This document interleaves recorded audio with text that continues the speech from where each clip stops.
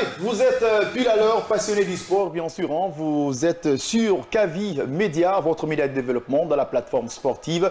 On va être ensemble jusqu'à 17h30 pour parler du sport. Dans la première partie de cette émission, on va se focaliser sur l'actualité dominante. Ici en Guinée, c'est le championnat guinéen de Ligue 1 Guico Presse qui a tellement tardé de commencer. Et cette fois-ci, encore, la date, elle est connue. À partir du 9 janvier 2025, le championnat guinéen de football de première division va forcément démarrer. Ici en Guinée, c'est une information qui vient de nous parvenir via la Fédération guinéenne de football parce qu'il y avait belle durée, il n'y avait pas d'entente entre la Ligue guinéenne et les clubs pour une question de subvention. Cette fois-ci, ils ont trouvé quand même des terrains d'entente. Et dans la deuxième partie de cette émission, vous savez, 2024 vient à peine de finir, nous sommes dans 2025, ça ne peut pas passer inaperçu. On va faire le bilan de la Confédération africaine de football sur plusieurs aspects. On parlera des émergences de talents africains dans les grands clubs en Europe et succès des équipes nationales africaines sur la scène internationale. On parlera aussi des investissements importants dans les infrastructures et la formation. Nivellement vers le haut du niveau technique des équipes africaines. Donc soutien financier et accru de la FIFA et de la CAF pour développer le football africain. Installez-vous confortablement. Bienvenue dans World Sport.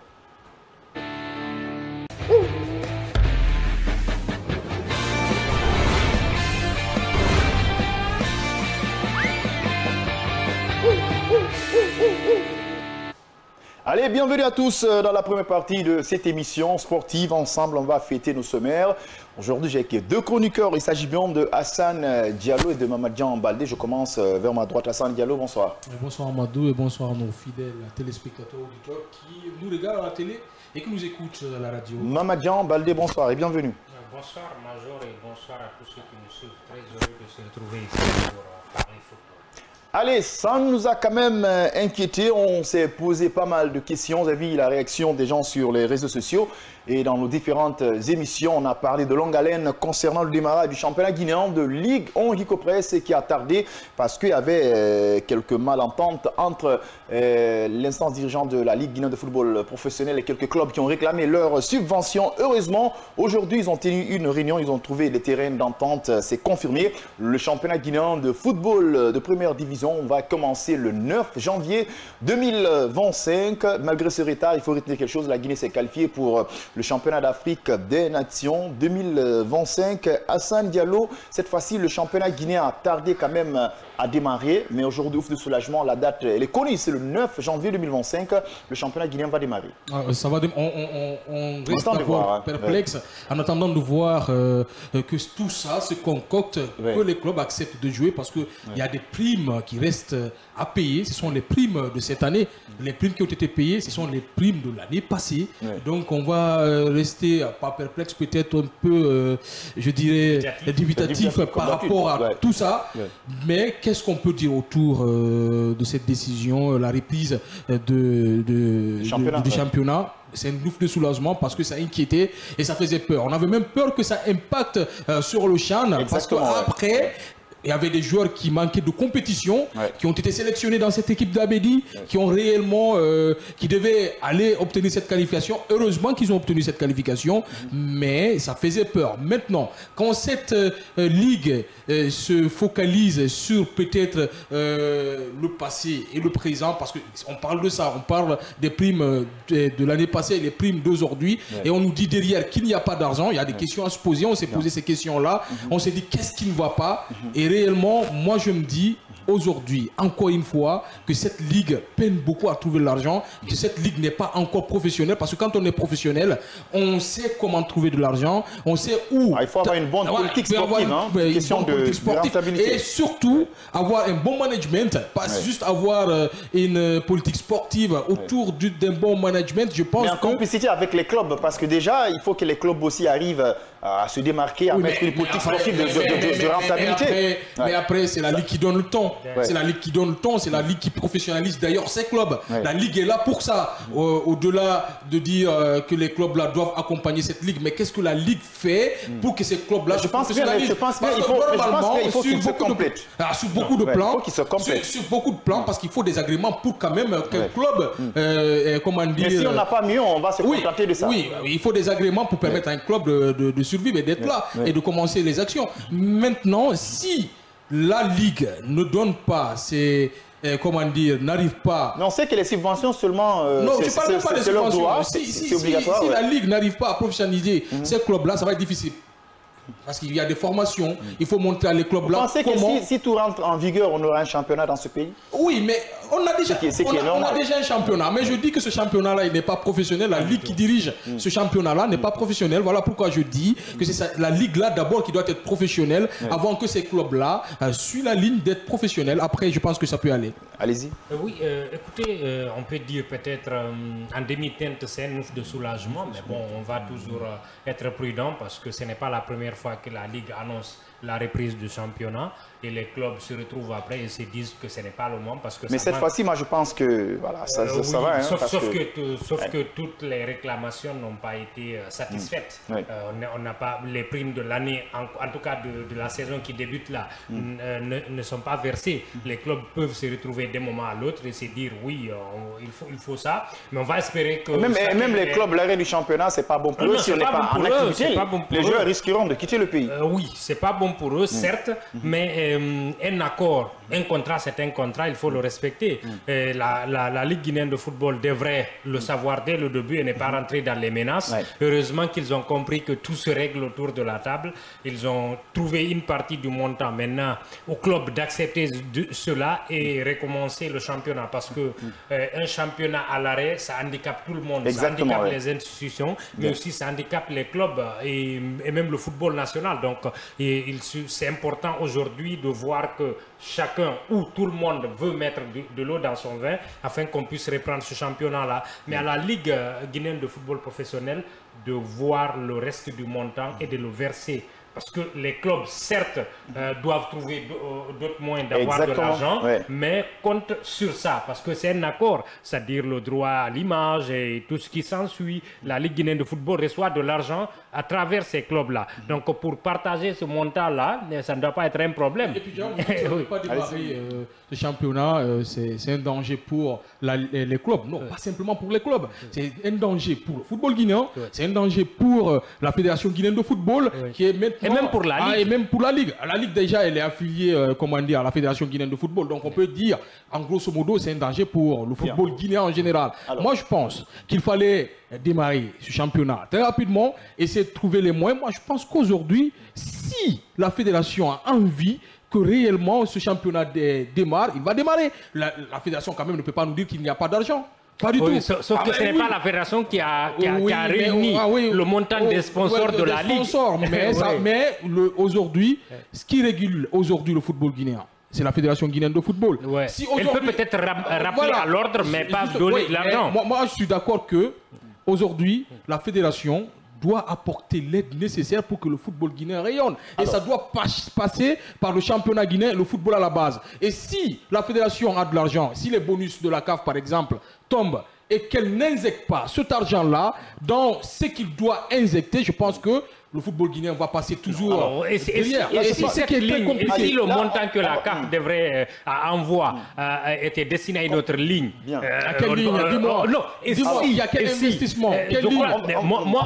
C'est compliqué. Pour moi, la Ligue a mobilisé des montants venant des sponsors. Le montant ou les montants sont plus ou moins connus et ces montants sont mobilisés au nom de ces clubs et de ces ligues-là. Et c'est à la Ligue de reverser ces montants-là comme convenu à ces clubs-là. Pour moi, ça ne devrait pas prendre autant de temps, à moins que les sponsors n'aient pas remis leur chèque. Justement, je suis d'accord avec toi, mais si la Ligue est incapable de réunir cet argent-là, moi je pense que la Fédération guinéenne, si elle a les moyens d'aider, elle doit aider. Voilà pourquoi je dis aujourd'hui, c'est elle qui régularise le football guinéen. S'il y a un bémol dans le championnat guinéen, s'il y a un bémol dans un autre endroit où le football règne, moi je pense que elle, par exemple, la Fédération guinéenne de football doit essayer de trouver une solution. Parce qu'après, c'est le football guinéen qui va tomber dans l'obscurité totale. On va essayer de voir qu'est-ce qui va se passer, parce que là, déjà, c'est la Ligue guinéenne de football professionnel qui est chargée d'organiser le championnat guinéen, surtout en première division, en deuxième division, le championnat guinéen. Parce que dans ces divisions, c'est qu'il reste clair quand même, la date, elle est connue, c'est à partir du 9 janvier 2025. Le championnat guinéen de Ligue 1 va démarrer. C'est une très bonne nouvelle pour les acteurs amateurs de football et pourquoi pas nous les journalistes sportifs, parce que là ça va nous permettre d'être en activité, pas seulement être en distance, même s'il y a beaucoup de disciplines, mais le football roi, partout dans le monde, c'est le sport. Alors, on va parler du professionnalisme, c'est extrêmement important parce que bon nombre de personnes pensent que peut-être seulement ces subventions seront capables de relancer le championnat guinéen. Et pourtant, par ailleurs, il y a de ces clubs, quel qu'en soit PDX, il y a de ces clubs qui n'ont pas un contrat avec les joueurs. Il y a ces clubs qui n'arrivent pas à remplir des critères de conditions pour que ces jeux arrivent à être dans de très bonnes conditions, parce que là, c'est extrêmement important. On veut parler de professionnalisme à tous les niveaux. Ah, bien sûr, parce qu'il n'y a pas d'argent. S'il n'y a pas de contrat entre un joueur et un club, c'est parce que le club n'a pas d'argent. Il n'arrive pas, il peut pas payer. Parfois. Et aujourd'hui, comme vous l'avez dit, ils sont censés de voir une politique sportive, parce qu'en oui, Guinée, justement, on voit des présidents des clubs qui n'ont pas de moyens, qui n'ont pas de stratégie pour qu'il y ait des retours financièrement. Justement, mais ils tergiversent tout le temps à être président. Justement, j'y arrive. C'est de ça que je parlais. Je dis que les clubs n'ont pas d'argent. Ils n'ont pas d'argent parce qu'il n'y a pas d'ambition. Parce qu'il n'y a pas de communication autour de tout ça. On a des clubs aujourd'hui. Les clubs les plus médiatisés en Guinée, c'est quel club et quel club? On parle peut-être du Afia et du Orea. C'est les deux plus médiatisés parce qu'il y a des mécènes derrière qui investissent beaucoup d'argent. Aujourd'hui, on s'est tourné vers les mécènes. Si un mécène vient dans un club, il investit, le club il marche. Si un mécène ne vient pas dans ce club, le club est à la traîne. Le jour où ce mécène va se bloquer financièrement, le jour où le mécène se bloque financièrement, c'est compliqué. C'est comme le Félo, c'est comme le satellite quoi, qui était aussi Atlético de Coléa. Et même le Roya aujourd'hui qui passe des moments difficiles parce que le président du club n'investit pas ce qu'il investissait dans le temps. Il ne le fait plus. Imaginez, je le rappelle encore, quand le Roya venait en Guinée, le budget total, c'était environ 5 millions de dollars. C'est quand même pas n'importe club qui avait ce genre de budget. C'est le seul club en ce moment qui payait un joueur à 5 millions, à 10 millions. Et on a vu les clubs exploser. Mais aujourd'hui, ce club-là, il a perdu presque tous ses stars. Ouais, c'est ça. Parce qu'il n'y a pas une politique sportive autour de cette équipe. On n'arrive même pas à savoir quand on vend un joueur, on peut rentabiliser les caisses. On ne passe pas à ça. Il y a eu le cas de Morlaï par exemple. Morlaï, on l'a laissé partir libre. Mais plein de joueurs. Libre. Pourtant, on pouvait le vendre et rentabiliser. Sans par exemple, qui est revenu dans ce championnat guinéen qui joue maintenant pour l'Escalou.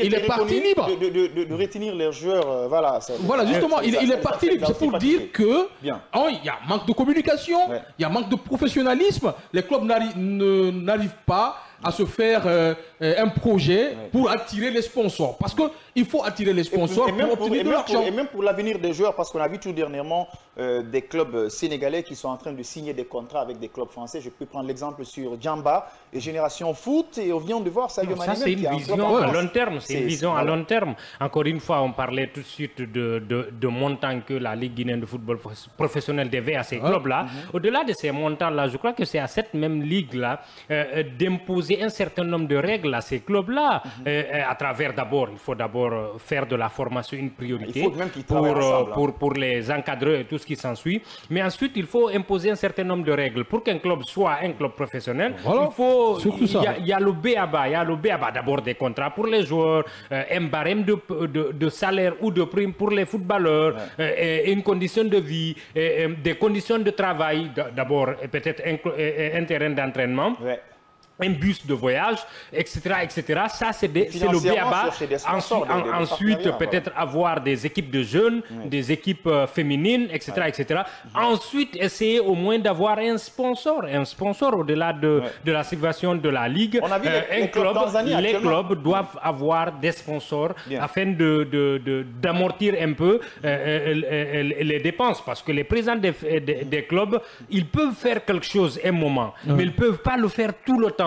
On a vu avec l'Oroya, je crois que sur les 20-30 dernières années, un club n'a pas été financé autant. Mais à un moment donné, le patron peut se lasser. Et c'est normal. Aujourd'hui, on est avec le AFIA. Et si une politique ne suit pas derrière, quelques années après, il peut se dire les robinets peuvent se fermer. Donc, il faut penser à cela, penser à des poches de rentabilité, outre les finances ou en tout cas la subvention de la Ligue. Alors, je pense bien que les responsabilités sont partagées à ce niveau. Vous avez parfaitement parfaitement raison. Il faut que les responsables de la Ligue guinéenne de football professionnel arrivent quand même à mettre une feuille de route dont les clubs vont forcément suivre. Chose qui n'est pas d'abord réalisée, on peut le dire ainsi, mais il faut chercher des solutions de communication pour qu'il y ait en public dans les stades ce qui va attirer l'attention des sponsors. Parce qu'à un certain moment, je me rappelle, lorsque l'AS Kaloum avait les moyens avec le Orea, je ne sais pas, il y avait quand même une politique à la base. Les stades étaient quand même remplis parce que si on disait le Orea jouait contre l'AS Kaloum, on voyait le stade du 28 septembre se remplir. Mais au fur et à mesure, les choses avançaient. En matière de communication, ça baissait. On ne sait pas si c'est l'instant dirigeant. Écoutez, c'est ce que je viens de vous dire, Amadou.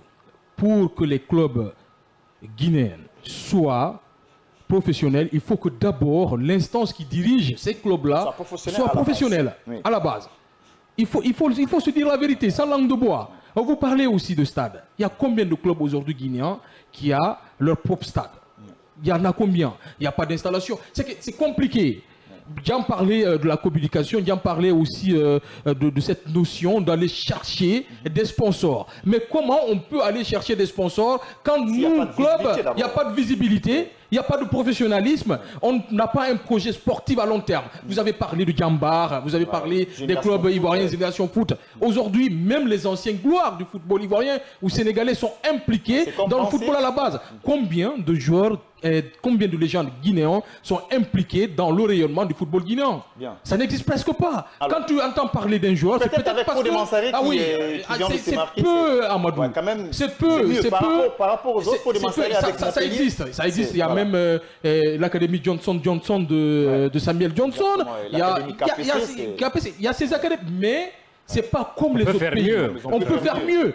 Aujourd'hui, tu peux entendre le nom d'une légende guinéenne, c'est quand la CAF l'invite. Ah, tu te dis, ah ok, il est toujours là, lui il existe. Tu t'avais déjà oublié. Mais ils ont des millions quand ils ont joué dans les clubs. Ils peuvent venir dans les pays investir. Est-ce qu'on ne bat pas la route? Parce que moi, j'ai seulement une question de moyens. C'est une question aussi de vision et de stratégie. Et surtout de visibilité. Mais est-ce qu'ils ne sont pas empêchés? Parce que moi, j'ai eu l'opportunité d'échanger avec quelques anciens gloires. Ils m'ont dit, quand ils viennent en Guinée, ils n'ont même pas accès. Ils te diront toujours ça. Oui, exactement. Je suis d'accord. Parce que moi, il y a un certain Ali Aboura. Mansaré a eu peut-être les mêmes difficultés, mais il a continué.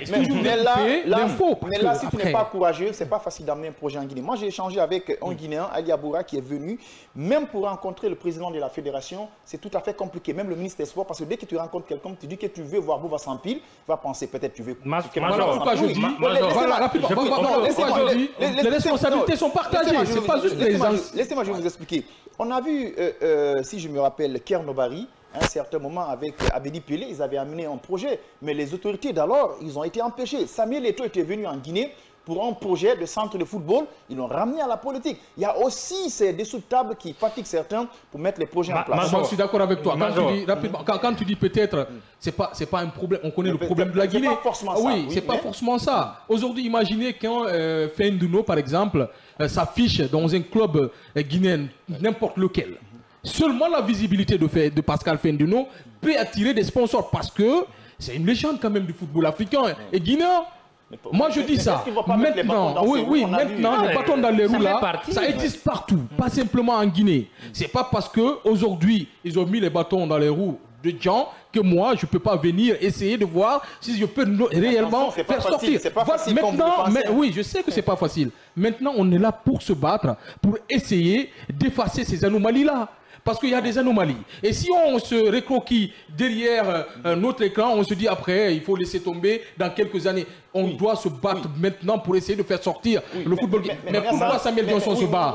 Pourquoi Fodé Mansaré se bat? Mais ça, le problème est que quand il vient en Guinée, avec un projet sportif, au lieu de... Major, tu dis, tu as parfaitement raison, on a tous vu cela. Il y a ces personnes, quand tu viens... Moi, j'ai échangé avec beaucoup de personnes qui sont venues avec des projets palpables. Mais quand tu viens avec un projet, au lieu que les gens arrivent à s'approcher de toi, voir le futur, ils feront que te quémander de l'argent, ils vont t'amaudier, tu les confies un projet, tu te retrouves, même si c'est une semaine, je te dis, ils vont bouffer ton argent. Oui, il faut qu'il y ait d'abord une prise de conscience. On est d'accord avec toi. Mais justement, le problème, c'est quoi? Nous, on est d'accord avec toi. Parce qu'il y a eu une difficulté ou parce qu'il y a des difficultés. Mais tu peux pas continuer à investir et on bouffe ton argent. Ceux dont on parle là n'ont pas beaucoup investi. D'abord, on les demande d'abord de s'engager. Du moment où ils connaissent le problème, peut-être que la solution est trouvée. Donc, il faut venir avec une autre approche. faire un travail de terrain. Ensuite, les autorités elles-mêmes viendront vers toi. On était là lorsque Samuel Eto'o était venu ici. On était là lorsque le nommé Kéron était venu ici. Mais peut-être qu'ils n'ont pas utilisé la bonne approche. On connaît tout quand on vient ici avec un projet, tu veux rencontrer les gouvernants, c'est soit tu donnes de l'argent ou on te fait rentrer dans le cadre politique. Mais toi, si toi, tu as une vision, tu restes sur ta vision et tes stratégies pour mettre en place cette vision. Vous savez, c'est que c'est comme ça. Dans tous les pays du monde, j'imagine qu'il y a des bâtons dans les roues pour ceux qui veulent changer la donne. C'est pas la même chose, c'est pas les mêmes mentalités. Vous savez, ce que vous êtes en train de dire, c'est très facile à parler, tu vas changer de nom. Mais écoute, toi, tu viens avec un budget. Tu es venu avec des Européens pour un projet. Tu sais, eux, il faut respecter les engagements et les accords qui se trouvent sur un papier. Tu les montres le projet, tu viens en Guinée, mais quand ils viennent sur le terrain, et qu'ils se rendent compte que ce n'est pas les réalités, ce qu'ils sont en train de voir, où est parti le budget, tel a fait ça, tu n'as pas besoin d'explication. Il y a une question de confiance déjà. C'est à toi de trouver des hommes de confiance, ça, ce n'est pas à nous de trouver des hommes de confiance. C'est ça le problème dans ce pays. Amadou, moi je suis à 100% d'accord avec toi. Peut-être que nous n'avons pas compris sur l'angle où nous voulons t'emmener. Moi je dis, aujourd'hui, prenons le cas de Samuel Johnson. Excusez-moi, j'en parle beaucoup parce que pour moi, c'est l'un des plus grands projets d'école football en Guinée. Il réside en Guinée. Oui, justement, laissez-moi y aller. Aujourd'hui, vous pensez qu'il n'a pas traversé des turbulences, Samuel Johnson, pour installer son académie? Il a passé beaucoup de difficultés. Mais aujourd'hui, il réussit tant que mal. Il a tout de même beaucoup de jeunes aujourd'hui qui explosent en Europe et qui explosent en Afrique. Pour dire que le gars, il a cru, il a envoyé ce projet. Moi, j'ai eu un entretien avec lui. Il m'a dit, écoute, Hassan, nous, on veut aider la jeunesse guinéenne. Quoi qu'il arrive, on va se battre jusqu'au bout. Qu'il y ait des intempéries, qu'il y ait des écailles. On va essayer de traverser tout ça pour permettre au football guinéen d'avancer. Et c'est ce qu'il réussit aujourd'hui. Personne n'accompagne Samuel Johnson. Aucune personne dans le système n'accompagne aujourd'hui Samuel Johnson. Il vole de ses propres ailes avec bien sûr son administration. Et je te dis, c'est super bien conçu. Et aujourd'hui, il ne fait qu'accueillir des jeunes joueurs et que ça explose. Maintenant, prenons l'exemple des autres joueurs. Si tout le monde faisait comme Samuel Johnson aujourd'hui est en train de faire, moi je pense que ça peut bien évoluer. Il ne faut pas juste dire que le ministère de la Jeunesse ne m'accompagne pas, la fédération ne m'accompagne pas, le gouvernement ne m'accompagne pas. Si tu vas vers eux pour de l'argent, sérieusement, tu ne vas pas l'avoir. C'est un soutien institutionnel qu'on cherche de l'État quand on a une vision. C'est que vous n'avez pas compris. On s'est tous compris, mais on veut te faire comprendre que le fait d'avoir des difficultés, le fait qu'il y ait ces difficultés-là ne doivent pas amener quelqu'un à ne pas avoir la vision, à ne pas s'accrocher, à ne pas investir dans le domaine du football. Vous n'êtes pas posé de questions. Il y a bon nombre de personnes qui sont en train d'investir dans le football. D'autres sont découragées. D'autres ont amené le projet là ailleurs. Si vous vous rendez compte, vous savez, il y a ce qu'on appelle les réalités du terrain. Dans l'entrepreneuriat, c'est tellement facile de dire, tu vas imaginer dans sa tête. Mais quand tu commences le projet proprement dit, c'est là où tu vas savoir faire ce genre de projet en Guinée, c'est très compliqué. Parce que déjà, il faut être entouré par une structure digne de nom. Et si ces personnes-là... Alors, cet entourage-là, c'est toi qui le choisis. Maintenant, mais écoute, en Guinée, je ne flingue pas tout le monde, mais les 90%, aujourd'hui, les gens ne visent pas très loin.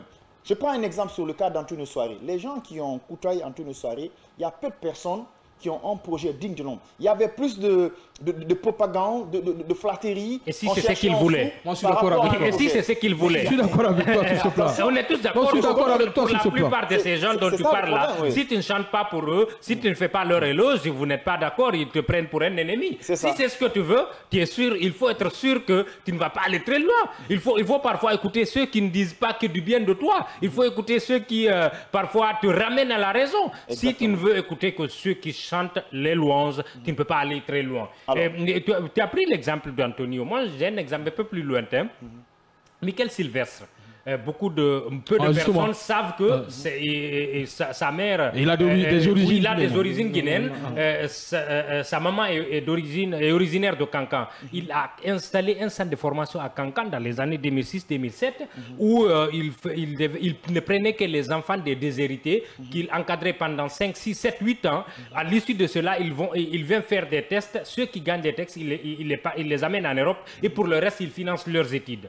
Mais 5 ans, 6 ans, 7 ans après, ce centre est devenu, en tout cas selon mes informations, il n'existe pas. Les personnes auxquelles il a eu confiance ont fini par mettre tout ça à lambeaux. Les sélections se faisaient par affinité, les primes que les enfants devaient avoir étaient détournées, la nourriture, la même chose. Donc ça, c'est des exemples quand toi tu veux investir, dont tu peux t'inspirer en cherchant un entourage bien meilleur, des personnes en qui tu as confiance, mais sans pour autant exclure le contrôle. Le contrôle n'explique plutôt la confiance n'explique pas le contrôle. Alors, c'est extrêmement important. Valeureux auditeurs et téléspectateurs, on vous rappelle encore, hein, c'est déjà réel, c'est confirmé. Le championnat guinéen de Ligue 1 Guy Copresse va démarrer le 9 janvier 2025 pour la première division et ça va faciliter les clubs de se préparer. Pourquoi pas l'équipe locale de la Guinée qui va nous représenter pour le championnat d'Afrique des Nations qui vient d'arracher son ticket de qualification en s'imposant face à la Guinée-Bissau. Match aller, 4 buts à 1, match retour, 2 buts à 1. Donc c'est une prouesse pour l'entraîneur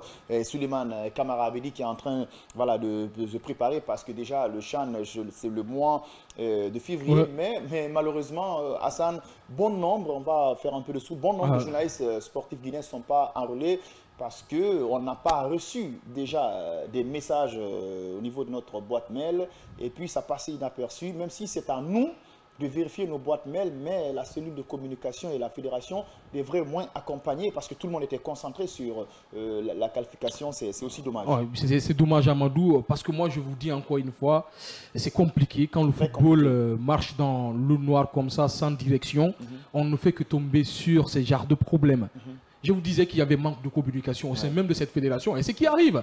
Aujourd'hui, il y a les U20, il y a les U16, il y a les U16, il y a l'équipe locale, il y a l'équipe senior. Et chaque équipe a son officier média. Et ces officiers médias sont censés rappeler... sont affiliés à la fédération guinéenne. C'est comme si c'était le communicant même ou le pont entre les journalistes et la fédération. Maintenant, quand ces genres de choses arrivent, bien sûr, normalement que la CAF devait envoyer des mails partout. Et moi, je suis mon mail, j'ai jamais vu de mail. Et vous aussi. Et plein d'autres journalistes sportifs sur notre page ont dit que personne n'a vu ces mails-là. Maintenant, le rôle de l'officier média, c'est d'informer tout le monde. Parce que lui, il s'est enrôlé. Oui, lui, il s'est enrôlé. Le jour qu'il s'enrôle, il fait une publication, il dit à l'attention de tous les journalistes sportifs, le processus d'accréditation vient de commencer et ça doit se terminer à tel moment. Là, il se dédouane de tout ce qui est problème, mais il n'a pas fait. Il a su ça à la dernière minute, selon ça, c'est selon lui. Il ne peut pas dire qu'il a su à la dernière minute, Amadou. Il est chargé de cette équipe, donc il est devant l'actualité, à la une de tout ce qui se passe autour de l'équipe-là. Et le processus d'accréditation, c'est à la une. C'est censé de le savoir. Parce qu'il y a certains d'entre nous, journalistes sportifs, qui savaient qu'ils ont commencé. Voilà pourquoi je dis sur la page, pourquoi vous qui étiez informés, vous ne l'avez pas mis sur la page. Parce que là, tout le monde allait le voir. Bien. Moi, encore une fois, je dis qu'il y a manque de communication. Et je pense que la Fédération guinéenne de football doit revoir tout ça. Ils doivent mettre des personnes capables de relayer la bonne information pour tout le monde. Allez-y. Je ne suis pas peut-être directement concerné par cela, mais j'ai un constat un peu plus général. Et pour moi, ce n'est pas un manque de communication. C'est fait de façon délibérée. Peut-être qu'il n'y avait pas 2 ou 3 places à prendre. Il n'y avait peut-être qu'une seule et ils ont privilégié l'officier média qui était là-bas. Je dis ça peut-être en rigolant, mais moi, j'ai un constat selon lequel le réseau de ceux qui voyagent il est connu, c'est-à-dire c'est un réseau restreint.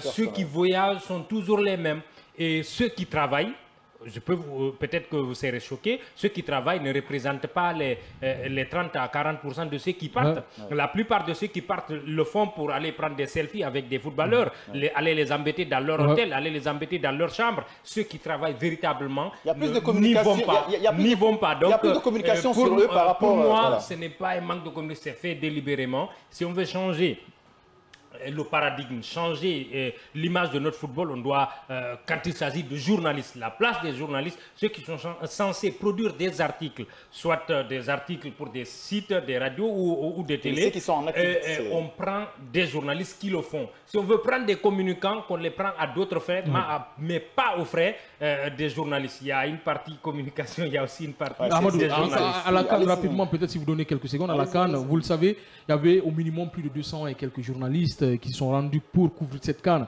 Vous le savez, il y a combien de journalistes qui travaillent justement pour couvrir cette CAN-là? En termes d'articles, on ne voyait pas plus de 50. Tu ne vois pas, donc c'est compliqué tout ça. Ils n'étaient pas des journalistes, mais on les a enrôlés en tant que journalistes sportifs. Voilà. Nous, on les a vus. Ça, c'est un paradigme qu'il faut changer. Voilà pourquoi il faut voir le problème beaucoup plus sur la liste. D'autres étaient sur la liste au compte du ministère des Sports et de la Fédération étant journalistes sportifs, mais quand tu vérifies au fond, ce n'est pas des journalistes. Et puis, ce qui est grave... C'était un moyen de les faire voyager. Exactement. C'est ce qu'il faut changer. Et pourtant, ils savent les médias qui sont en activité. Mais je pense qu'ils vont essayer de changer la donne. Moi, j'ai été choqué singulièrement après le match face à la RDC récemment, pendant les qualifs de la CAN. J'ai vu des journalistes, parfois des personnes lambda, parfois des personnes que vous appelez influenceurs, rentrer dans les chambres des joueurs qui étaient censés, disons, ils ont fini un match, ils avaient un match en 72 heures, un match capital où il fallait gagner ou à la rigueur faire match nul.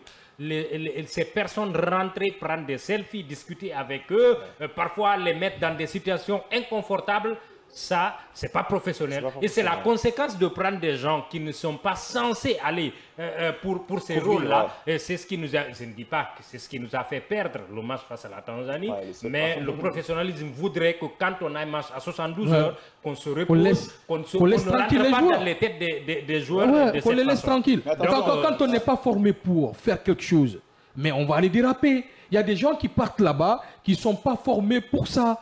On dit, écoutez, en Guinée ici, quand il s'agit du championnat, on ne voit que les journalistes sportifs. Quand il s'agit de parler de l'actualité du sport en général, on ne voit que les journalistes sportifs. Mais quand une équipe nationale se qualifie, tout le monde a envie d'aller, que ce soit les journalistes politiques, culturels, économiques. On veut tous aller submerger le Sili national de Guinée ou bien le handball. C'est compliqué. Moi, je pense que la Fédération guinéenne de football, le ministère des Sports, doit essayer de régulariser tout ça, essayer d'envoyer des personnes qui ont appris à faire ce boulot-là, qui ont leur domaine dans le sport pour essayer de quand même bien travailler là-bas, de faire bien leur travail et d'apporter une visibilité à nos équipes, à nos différentes équipes qui vont, parce que ce n'est pas simplement le Sili. Il y a aussi les autres disciplines. Quand les autres disciplines aujourd'hui se qualifient, tu peux aller voir là-bas quelqu'un qui fait l'animation culturelle en langue, tu le retrouves là-bas. C'est compliqué à Amadou. C'est très mal ficelé tout ça. Ce qui est plus grave, il faut qu'on arrive à se dire la vérité. Oui, il ne faut pas qu'on se voit la face. Il y a plus de communication sur le journaliste par rapport même à l'actualité. C'est ce qu'on a constaté. Parce que quand tu vois dans des grands médias ou trucs, je peux prendre aujourd'hui des exemples sur les Liliane Gatoun et tant d'autres, quand ils sont dans une compétition, ils communiquent plus sur la compétition par rapport à eux. Je pense que ça ils ne sont pas là-bas pour eux. Voilà, ça n'engage que. Mais il faut que le ministère des Sports arrive à élaborer une liste, franchement, des médias, des personnes qui savent mettre de la lumière sur les activités sportives. Moi, je vais rajouter à cela un code de bonne conduite pour les journalistes pendant les compétitions. Moi, ce que j'ai vu ici, pour moi, c'est scandaleux. On ne peut pas se permettre de rentrer dans les chambres des joueurs, les embêter là-bas. On ne peut pas se permettre, même dans les restaurants, quand ils mangent, on ne les embête pas. Ils sont là pour un travail. Et pour ce travail-là, ils ont besoin de concentration. Et les journalistes ou toute personne qui va couvrir ces rencontres-là doit le savoir pour ne pas embêter les footballeurs. Parce que s'ils ne font pas bien leur travail, la prochaine fois, on ne sera pas. La preuve, à la CAN 2025, les journalistes n'y servent pas. Donc, parce que les joueurs n'ont pas pu bien faire leur travail. Donc, il faut revoir. Quand même, il est 16h passé de 34 minutes sur la pendule numérique de Kavi Media. Bien sûr, vous êtes dans votre plateforme sportive, World Sport, chaque jeudi. Dès qu'il est 16h, temps universel, on est ensemble jusqu'à 17h30 minutes pour parler du sport dans un cadre général. La bonne nouvelle est que dans cette émission, le championnat guinéen doit quand même reprendre le 9 janvier 2025, championnat guinéen de Ligue 1 Guico Press. Allez, on leur souhaite quand même bonne chance et félicitations à la Ligue guinéenne de football professionnel. On marque une courte pause. On va partir dans la deuxième partie de cette émission pour faire le bilan de la Confédération africaine de football. En même temps, les prouesses, les avantages, les inconvénients et tirer quand même quelques leçons sur le football africain.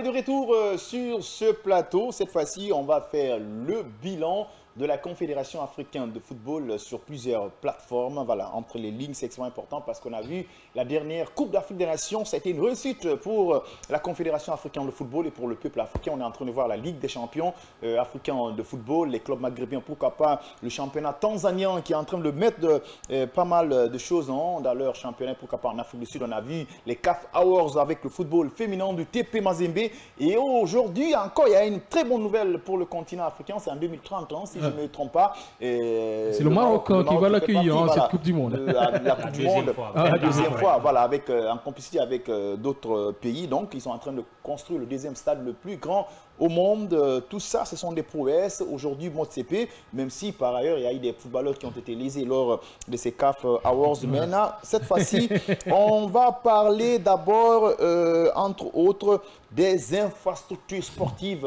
qui ont été réalisées sur le continent africain. C'est énorme. Les infrastructures sportives qui ont été construites, achevées en 2024 en Afrique, c'est quand même extraordinaire. Quand on prend la Coupe d'Afrique des Nations en Côte d'Ivoire, on a vu des infrastructures quand même qui peuvent même accueillir la Coupe du Monde. Sans tergiverser là-dessus. On a vu des stades vraiment super en Côte d'Ivoire. Il y a des infrastructures déjà, par exemple en Égypte, en Tunisie et aujourd'hui le Maroc qui a construit quelques stades pour accueillir cette Coupe d'Afrique des Nations à 24 équipes. Et il y a d'autres stades qui sont en train de voir le jour, de sortir de terre. Vous avez parlé du plus grand stade du monde qu'ils vont construire pour accueillir cette Coupe du Monde en 2030. Ça aussi, ce sont des acquis pour cette CAF. Il y a les stades aussi qui ont été construits en... comment on appelle ça, en Tanzanie, de l'autre côté en Afrique du Sud, au Kenya, en plan infrastructure, en plan infrastructure, je peux dire sans langue de bois que la CAF est en train de réussir en Afrique. Disons, peut-être que je serais moins expressif à ce niveau. Il faut dire qu'il y a un certain nombre de changements à ce niveau. Il y a un peu plus d'observation. En tout cas, on a des stades quand même qui sont présentables. Par rapport à la construction des infrastructures, je crois que du moment où maintenant il y a un standing par rapport à l'homologation des stades, les pays commencent à y veiller par rapport aux qualités. C'est vrai qu'on en a construit beaucoup, mais on peut faire mieux. On a 54 États, ou peut-être, je crois que c'est un peu plus maintenant. On peut faire mieux. Il y a pratiquement plus de 10 pays n'ont pas pu jouer à domicile par manque de stades homologués à domicile. Donc, à ce niveau, je crois que c'est des avancées qu'il faudra enregistrer en 2025. Maintenant, ça ne va pas nous faire oublier qu'il y a eu quelques infrastructures, notamment, il a parlé de la Côte d'Ivoire, de la Tanzanie, qui est un pays émergent dans le domaine du football. L'Afrique du Sud, ils ont pris de l'avance. Depuis 2010. Ils sont à un autre niveau. Donc le Kenya, l'Ouganda, les pays qui sont censés recevoir le CHAN, le Mali aussi, j'ai vu leur centre, le centre sportif qui reçoit un peu l'équipe malienne. Donc il y a des avancées, beaucoup d'avancées. On peut faire mieux, il faudra faire mieux pour que les qualifs de la Coupe du Monde, en tout cas pour les journées qui restent, que les équipes puissent rejouer à domicile. C'est quelques infrastructures. Ça doit revenir. Amadou, c'est quelques infrastructures qui ont vu le jour en Afrique. C'est tout de même des infrastructures magnifiques. C'est dû aussi à la politique de la CAF parce qu'ils ont endurci les règles d'homologation, comme l'a dit Jean, et poussent aujourd'hui les pays à construire des édifices exceptionnels pour permettre aux joueurs d'être à l'aise dans leur pays. Bon, pour le moment, la Guinée n'a pas de stade homologué, mais on espère l'avoir peut-être d'ici mi-février ou mars. On peut dire, en grosso modo, sans se tromper, que cette année, tout de même, même si, comme l'a dit Jean, il faut être un peu optimiste et tout, mais l'Afrique résiste quand même quelque chose de super. Il suffit juste de regarder la Coupe d'Afrique des Nations qui s'est passée en Côte d'Ivoire. Elle est énorme. C'est l'une des meilleures de tous les temps, mais elle peut aussi se mesurer aux compétitions européennes.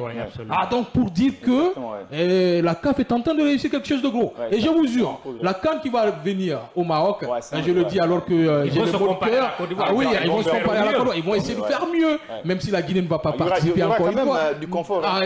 Ils vont faire mieux, ils vont essayer de surpasser la Côte d'Ivoire, et s'ils réussissent à le faire, s'ils réussissent à surpasser la Côte d'Ivoire, je peux vous dire que ça va être autre chose, que ça va être du jamais vu, parce que ce qu'on a vu à Abidjan, C'est extraordinaire. Bien, on va, si vous me permettez, on sait que vous êtes en train de dire c'est extrêmement important, on va un peu parler chiffres concernant ces investissements parce que la FIFA aussi est en train d'accompagner l'Afrique dans ce sens. La FIFA investit beaucoup dans le football africain. Le progrès FIFA Awards quand même a donné 1,25 milliard de dollars à l'Afrique. Donc la Confédération africaine de football a aussi donné plus de 10 millions de dollars aux 8 clubs de l'Africa Football League. Donc les récompenses financières pour les vainqueurs des compétitions africaines ont aussi augmenté. Par exemple, le vainqueur de la Coupe d'Afrique des Nations 2023 quand même a reçu 7 millions de dollars, soit 40% de plus que précédemment. C'est extrêmement important. Vous avez vu, financièrement, il y a de l'investissement, il y a de l'accompagnement, même au niveau des récompenses. Mais médiatiquement aussi, il y a une certaine embellie. Les sponsors investissent beaucoup plus. C'est normal, naturellement, que la pactole aussi augmente de l'autre côté pour ce qui est des primes et des joueurs. Je crois qu'on est à un moment charnière du football africain, disons sur le plan des infrastructures, sur le plan des finances, sur le plan médiatique, etc. etc. Aujourd'hui, la CAN, en tout cas en dépit de la CAN 2024 tenue en 2023 tenue en 2024, au Cameroun, c'était autre chose. Quand on veut citer les compétitions qui ont réussi, on cite la CAN en exemple.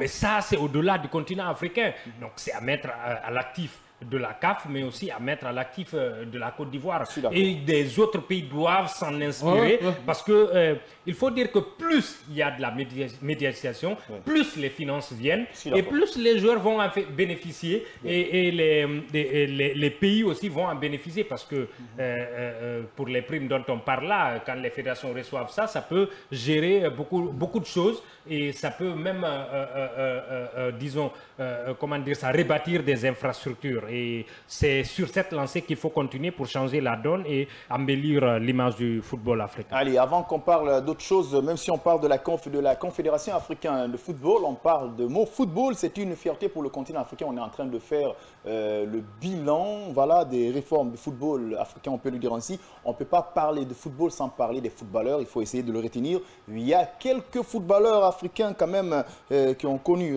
des joueurs talentueux. Voilà, le football africain a connu de nombreux joueurs qui sont talentueux. Voilà, ils ont quand même laissé quelques empreintes, on peut le dire ainsi, indélibles sur le sport. Ces stars, des légendes du passé ou de talents contemporains ont quand même façonné l'image du football africain. Je fais allusion à quelques légendes, on ne peut pas les oublier. Il s'agit bien de Georges Weah, le seul Africain à avoir remporté le Ballon d'Or africain, c'est en 1980.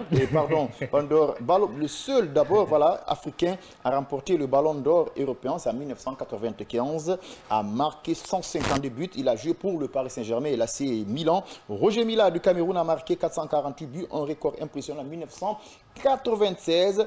Le nom de ce joueur, bon nombre de personnes n'arrivent pas à bien prononcer. Il a obtenu ce Ballon d'Or à l'AC Milan. Avec une saison exceptionnelle, Georges Weah. Oui, vous avez cité 2 ou 3 légendes. C'est pas fini, hein? J'ai pas fini. J'espère que vous allez citer ma légende à moi. Exactement, ça dépend. Parce que en 1996, le nom de ce joueur camerounais, quand j'ai vu ça, j'ai su que bon nombre de personnes n'arrivent pas à très bien prononcer son nom. Lui, c'est Jean-Manga Ongene. Ah, Jean-Manga Ongele. Bon, Jean-Manga Ongele. Oui, moi je disais Ongele parce que c'est très difficile de prononcer son nom, mais quand même c'était un joueur fascinant. Exactement, parce que ce joueur, il a marqué en quintuplé contre le Canon de Yaoundé, et pourquoi pas aussi Karim Abdul Razak qui a été élu meilleur joueur africain en 1978. Samuel Eto'o, légende camerounaise, a remporté tout le monde le connaît. Le prix du meilleur joueur africain. Maintenant on a cité il est plus connu que le Ballon d'Or européen, Georges. Voilà, il a marqué plus de 300 buts. Eto'o compte 118 sélections.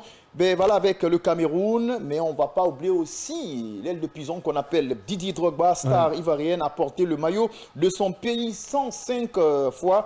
Il a mené Chelsea en finale de la Ligue des Champions en 2012. Et voilà, aujourd'hui, cette fois-ci, c'est une manière d'introduire pour parler des footballeurs africains qui se sont illustrés en Europe, entre autres Sekou Guirassy et Lookman, qui sont quand même démarqués. Ce qui est triste, Amadou, c'est qu'on ne retrouve pas le nom d'un Guinéen dans le top 5. Pourtant, on avait des joueurs qui étaient capables de se retrouver dans ce top 5-là. Prenons Zistiti Camara, il a été monstrueux, mais qui n'a pas pu avoir la carrière qu'il méritait. La finalité n'était pas. Prenons Pascal Fenduno, qui devait être parmi les top 5. Sérieusement, Pascal Fenduno, en talent pur, il n'y a pas un joueur en Afrique ou dans le monde qui pouvait se mesurer à lui. Mais là, en Afrique, si on compte les Didier Okosa, on compte peut-être, on va pas les Wanko Kanou, après eux, on compte Pascal quand même. Vous êtes en train de couper mon appétit. Oui. Je parle du top 5, Amadou. Alors, là, c'est pas mal aussi, c'est important de les rappeler, sinon, voilà. Mais quand on parle, voilà... Non, on est d'accord que pour couronner le talent, il y a le talent, il y a tout ce qui s'ensuit, mais pour couronner cela, il y a les trophées. Bien, si vous me permettez, on va se projeter sur les footballeurs africains qui se sont illustrés lors de la saison passée. Il s'agit bien de 2024 en Europe. On a vu des footballeurs africains quand même se sont fait une place. Ouais, il y a d'abord, on commence par la charité bien ordonnée, on commence par Sekou Guirassy, et qui a quand même été exceptionnel avec Stuttgart avant d'atterrir à Dortmund, qui commence une saison exceptionnelle, qui d'ailleurs marque des buts en Ligue des Champions. En championnat, c'est difficile de combiner cette qualité-là, mais il réussit à bien le faire. Et de l'autre côté, on a le Nigérian qui vient de remporter le Ballon d'Or, Lookman, il a aussi été phénoménal. N'oublions pas aussi le joueur gabonais de l'Olympique Lyonnais, même si de l'année passée, Aubameyang, qui a été énorme. Il a été énorme, Aubameyang, avec l'Olympique de Marseille. C'est le meilleur buteur de l'histoire des Léopards. Donc, pour dire qu'il y a des joueurs qui ont explosé en 2024, 2023, 2024. On espère voir ces mêmes talents exploser en 2025. Ouais, malgré tout ça, quand même, il y en a beaucoup qui se sont illustrés, mais 2024 restera pour le moment l'année de Guirassy, malgré qu'il n'ait pas eu le sacre suprême qu'est le Ballon d'Or. Il a fait une année exceptionnelle à travers 2 clubs. Il s'est illustré en équipe nationale aussi à travers, naturellement, on va dire 3 matchs seulement, mais c'était extraordinaire. Il faut dire que cette année va être son point d'ancrage, l'année sur laquelle il va s'appuyer pour encore essayer de faire mieux. Lookman a eu le Ballon d'Or, il a été performant en équipe nationale à travers la CAN, performant aussi en Ligue Europa, notamment à travers son triplé en finale. Hakimi, on ne peut pas l'oublier non plus, il est champion de France, lui, il est là, il est constant depuis quelques années, il est à ce niveau. Mais il y a un joueur qui a débuté, en fait, qui s'est endormi en début d'année 2024, mais depuis le début de la saison, là, il est en train de reprendre des couleurs, c'est Salah. C'est Salah qui reprend des couleurs. Et s'il continue sur la même lancée, on est en train aujourd'hui de l'évoquer pour le Ballon d'Or. Peut-être un sérieux concurrent pour Guirassy. Même pour le Ballon d'Or européen, aujourd'hui, il peut chahuter certains. Il est en train de se faire des places. Mais aussi, le véritable bémol, c'est son équipe nationale, l'Égypte, qui n'est plus comme avant. Oui, qui n'est plus comme avant, mais ils sont au moins qualifiés à la CAN. Vous savez, il ne faut pas oublier Simon Adengra. Oui, qui est auteur pas beaucoup performant en club. En club, mais il faut dire qu'il a fait une CAN exceptionnelle. Mais en club, il n'a pas su confirmer. Contrairement à la saison précédente, il n'a pas su garder sa place de titulaire. Et ça l'a handicapé, je crois, même par rapport au Ballon d'Or africain et par rapport à d'autres titres. Amadou, mais il a un talent fou. En Afrique, cette année, on va retenir que 2 joueurs. Sekou Guirassy et Lookman. Ce sont les plus grands aujourd'hui qui ont coiffé d'ailleurs le football. On parle bien sûr d'Hakimi qui a été constant avec le Paris Saint-Germain, qui a été constant, mais on parle que de cette constance pour Hakimi. De l'autre côté, on a un joueur qui a tout de même marqué 28 buts en 28 matchs. C'est fou. C'est fou ce qu'il a réussi. Et notre joueur qui a marqué un petit triplé en finale de Ligue Europa, on ne peut que retenir ces deux-là parce qu'ils ont été au-delà de tous les joueurs africains évoluant en Europe et même en Afrique. Aujourd'hui, les statistiques qu'ils comptent sont énormes. Et pour dire que s'il continue sur cette lancée, je vous dis que le football guinéen, on ne peut qu'avancer chaque année. On parle de Guirassy aujourd'hui, mais on peut bien voir un autre joueur exploser cette année. Bien. On est en train de faire le bilan du football africain en 2024, couronné par la Confédération africaine de football. Même si on parle administration, on va parler encore le niveau de jeu des équipes africaines qui ont quand même progressé. Parce qu'aujourd'hui, la CAN, elle est appréciable à regarder. On a vu encore le Maroc lors de la Coupe du Monde. Cette formation quand même a pu battre l'Espagne et tant d'autres. Et cette formation marocaine est en train de progresser. On va revenir sur le niveau de jeu des équipes africaines. L'Espagne, c'est pas simplement l'Espagne. Hein. Ils ont battu aussi le Portugal. Le Portugal, c'est en Coupe du Monde. Et puis en quart de finale de la Coupe du Monde, pour dire que le football africain avance très bien.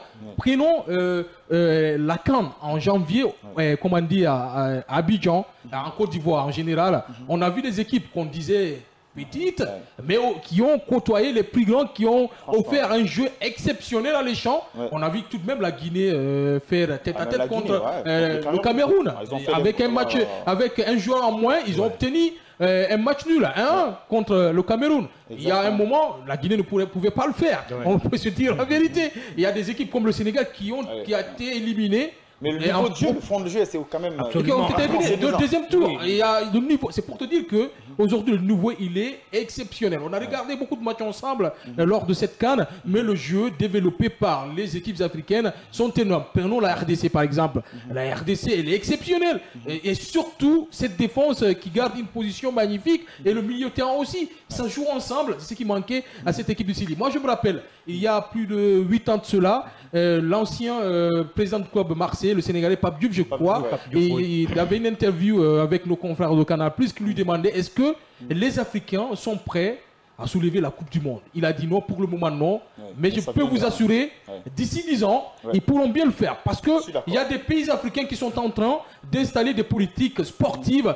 qui peuvent faire exploser aujourd'hui le football guinéen. Et ce qui arrive avec le Maroc, le football africain, et ce qui passe avec le Maroc, ce qui passe avec même l'Afrique du Sud, qui commence à se réveiller, et ce qui passe avec les pays maghrébins en général, et de l'autre côté le Sénégal, le Cameroun. On a vu qui a pu battre le Brésil, même si l'entraîneur avait... Le Cameroun, en termes de base, c'est pas tout ça. Comme avant, hein. Comme avant. Comme en 90. Comme en 90. Voilà, et il y a des pays qui se démarquent de l'eau. On a le Sénégal, la Tanzanie par exemple, la RDC, la Côte d'Ivoire qui est énorme. Hein. Il faut pas. Le Sénégal. Des pays comme ça ont investi beaucoup d'argent à la base dans le football. Et aujourd'hui, ça paye. Je pense que la Guinée doit prendre l'exemple. Oui, absolument. Je crois que le baromètre pour ce qui est aujourd'hui, en tout cas pour la dernière Coupe du Monde, tous les autres pays africains doivent s'inspirer de la campagne réalisée par le Maroc en Coupe du Monde. Et en termes de conscience, en termes de niveau de jeu, en termes de confiance en soi, le Maroc a prouvé que rien n'était impossible. Il les a manqué juste un peu de souffle face à la France pour aller accéder en finale. Ils ont terminé tout de même troisième, c'est extraordinaire, demi-finaliste de la Coupe du Monde. Mais encore une fois, il y a d'autres pays aussi dont l'investissement commence à payer et ça pourrait continuer à payer encore. Donc la Côte d'Ivoire, le Sénégal et même le Mali, on n'en parle pas assez, mais c'est une équipe très jeune qui n'a pas le goût, en tout cas qui n'a pas le goût des victoires pour le moment, mais une fois que le déclic viendra, ça peut aller très loin. Et donc il y a aussi les pays maghrébins qui peuvent vraiment représenter valablement le continent africain. Et pour ce qui est de la Coupe du Monde qui arrive, l'objectif peut-être sera d'aller en finale, peut-être. Et après, pour la Coupe du Monde 2030, forcément, ça sera le Graal, la Coupe, ça sera la Coupe. Et ce n'est pas carrément impossible. Il y a des pays qui peuvent valablement prétendre à cela. On a parlé du Maroc. C'est seul aujourd'hui le Maroc ou rares sont les pays aujourd'hui qui peuvent shipper un joueur à la France ou à l'Espagne. C'est le Maroc. Et la Côte d'Ivoire aussi commence à le faire. Oui, et pourtant, moi je peux le dire ainsi, il y a beaucoup de nations africaines qui ont quand même baissé de niveau. C'est comme si on a renversé, on a inversé. Il y a l'histoire, il y a l'investissement. Quelques-unes. Je vais te citer quelques-unes rapidement. Parce que là, regardez, parce que si vous prenez le Nigeria avec la génération de Wanko Kanu, de Yekini Rachidi à un certain moment qui fatiguait même le Brésil. Et si on, oui, exactement. Et si on prend le Ghana à un certain moment, si le Ghana a toujours une compétition avec Abedi Pelé, le Ghana qui a chuté. Le Nigeria, la dernière CAN, ils se sont quand même rattrapés. Mais sur le plan international, c'est pas comme ça. Le Cameroun en 90, qui avait pu quand même battre l'Argentine de Diego Armando Maradona, pour moi, c'était quand même un parcours exceptionnel. On a vu le Cameroun qui est en train de chuter, on les a vus lors de la dernière Coupe du Monde. Moi, je me dis, est-ce que les fédérations aussi n'arrivent pas à impacter un peu ces équipes sur la Coupe du Monde? Parce que si vous avez vu la Fédération marocaine de football, elle est mieux organisée. C'est une politique sportive beaucoup plus large qui va au-delà des fédérations. Oui, par rapport déjà au Cameroun, au niveau de la fédération camerounaise, il y a un problème. Le Nigeria, il y avait un problème. Et en tout cas, les grosses pointures africaines qui pouvaient nous représenter sur le plan mondial, aujourd'hui sont en train de chuter parce qu'il y a un changement. Oui, parce qu'il y a un changement aujourd'hui. Ouais. Comme il a dit, c'est une politique plus large que les autres pays ont adopté et c'est ce qui marche aujourd'hui. Vous avez cité le Nigeria, le Ghana, Cameroun, mais vous avez oublié peut-être l'Égypte, la Tunisie, l'Afrique du Sud, et aussi des grosses pointures. Le Maroc déjà est constant, il est en train de suivre un bateau de croisière. Et de l'autre côté, on a le Sénégal aussi qui explose. Le Sénégal est l'un des grands prétendants peut-être d'un sac mondial. Il ne faut pas l'oublier. Pour moi qui ont chuté, il faut s'inquiéter peut-être pour le Cameroun parce qu'en termes de base, de centre de formation, ça manque énormément. Mais pour ce qui est du Nigeria, par exemple, il ne faut pas s'inquiéter. Il y a une base, il y a des centres de formation, les anciens joueurs s'impliquent. Il ne faut pas beaucoup s'inquiéter. Il faut s'inquiéter aussi pour le Ghana. Parce que là, depuis quelques années, ça ne va pas du tout. C'est une question générationnelle. Mais la base y est pour moi. Oui, la base, il y a les centres de formation, il y a le cadre. Oui, le championnat ghanéen, on ne les voit plus dans les derniers carrés comme un certain moment. Justement, la base, elle est là. Donc, ça n'explose plus. Mais du moment où il y a la base, pour moi, je ne m'inquiète pas trop. C'est une question générationnelle. Vous savez, les équipes nationales aussi, quand des bonnes générations passent, il faut parfois attendre un peu de temps avant que d'autres génies surgissent. Il faut d'abord finir avec la génération Ayou et commencer avec une autre génération, notamment que Koudous va mener. Mais je ne m'inquiète pas trop pour eux. Mais pour le Cameroun, il faut s'inquiéter. Pour l'Égypte aussi, je ne m'inquiète pas trop. Il y a la base, les clubs sont performants. Et l'Égypte, le Maroc par exemple, les pays maghrébins sont les seuls pays, en tout cas les rares pays en Afrique qui peuvent carrément aligner les joueurs évoluant dans le championnat, contrairement aux pays dans le sud du Sahara où les plus grands joueurs pratiquement évolue de l'autre côté. Alors, nous sommes à 3 minutes de 17h temps universel. Et bien sûr, vous êtes dans votre émission World Sport chaque jeudi dès qu'il est 16h temps universel. Dans cette plateforme sportive, on va fêter nos sommets. Dans la première partie de cette émission, on va parler du championnat guinéen de Ligue 1 Guico Press qui doit reprendre le 9 janvier 2025. On est en train de faire le bilan de football africain en 2024 parce que le lundi, on avait fait le bilan de sport guinéen, mais pourquoi pas aujourd'hui le football africain. Alors, on va parler maintenant de Motsepe, même s'il est en train de se battre pour l'homologation des stades des pays comme la Guinée, on les ramène pour qu'ils arrivent à avoir des stades dignes de nom. Aujourd'hui, la Mauritanie qui est en train de mettre un projet sportif à la base, la Tanzanie et tant d'autres, il y a une question de révélation. Alors, tout n'est pas rose avec Motsepe. On va parler maintenant des côtés négatifs de l'instant dirigeance de la CAF. Je laisse Dian commencer. Non, et disons, il y a eu beaucoup de progrès. Il faut dire que Motsepe, il a pris une institution qui était plus ou moins en déliquescence. Il a fallu changer un certain nombre de choses, surtout institutionnellement, et ensuite être un peu plus rigoureux dans certaines décisions.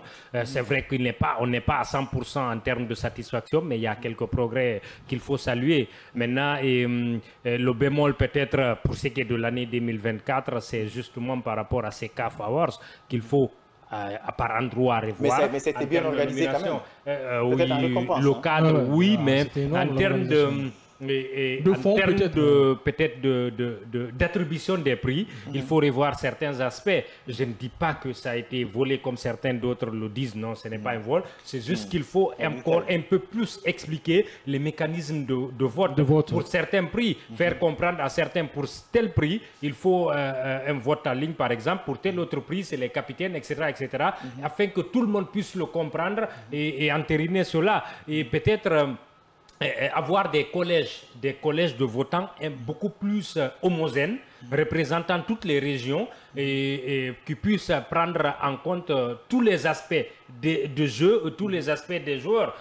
Pour ce qui est du 11, il y a eu des critiques. Pour ce qui est du maire jeune, il y a eu des critiques. Je ne dis pas que ce n'est pas fondé, mais que c'est fondé ou pas, mais il faut revoir les aspects. Il y a des critères de votation, il faut revoir ces aspects-là. Et ensuite, je ne me lasserai pas de dénoncer cela.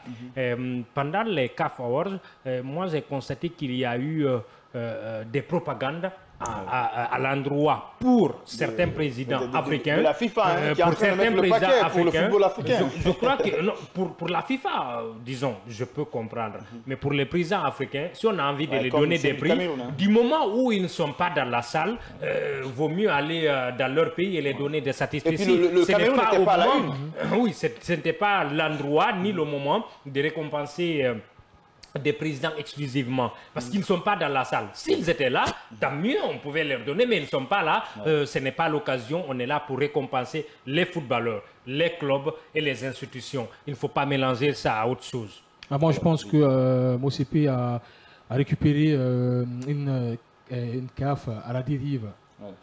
Bon, on savait comment ça se passait à la CAF, mais il a tout de même il réussit quelque chose tout de même super. À redresser d'abord le football africain, il faut le faire. On parle aujourd'hui on parle de la CAN, mais on oublie de parler des compétitions africaines comme la Ligue des Champions et la Coupe CAF.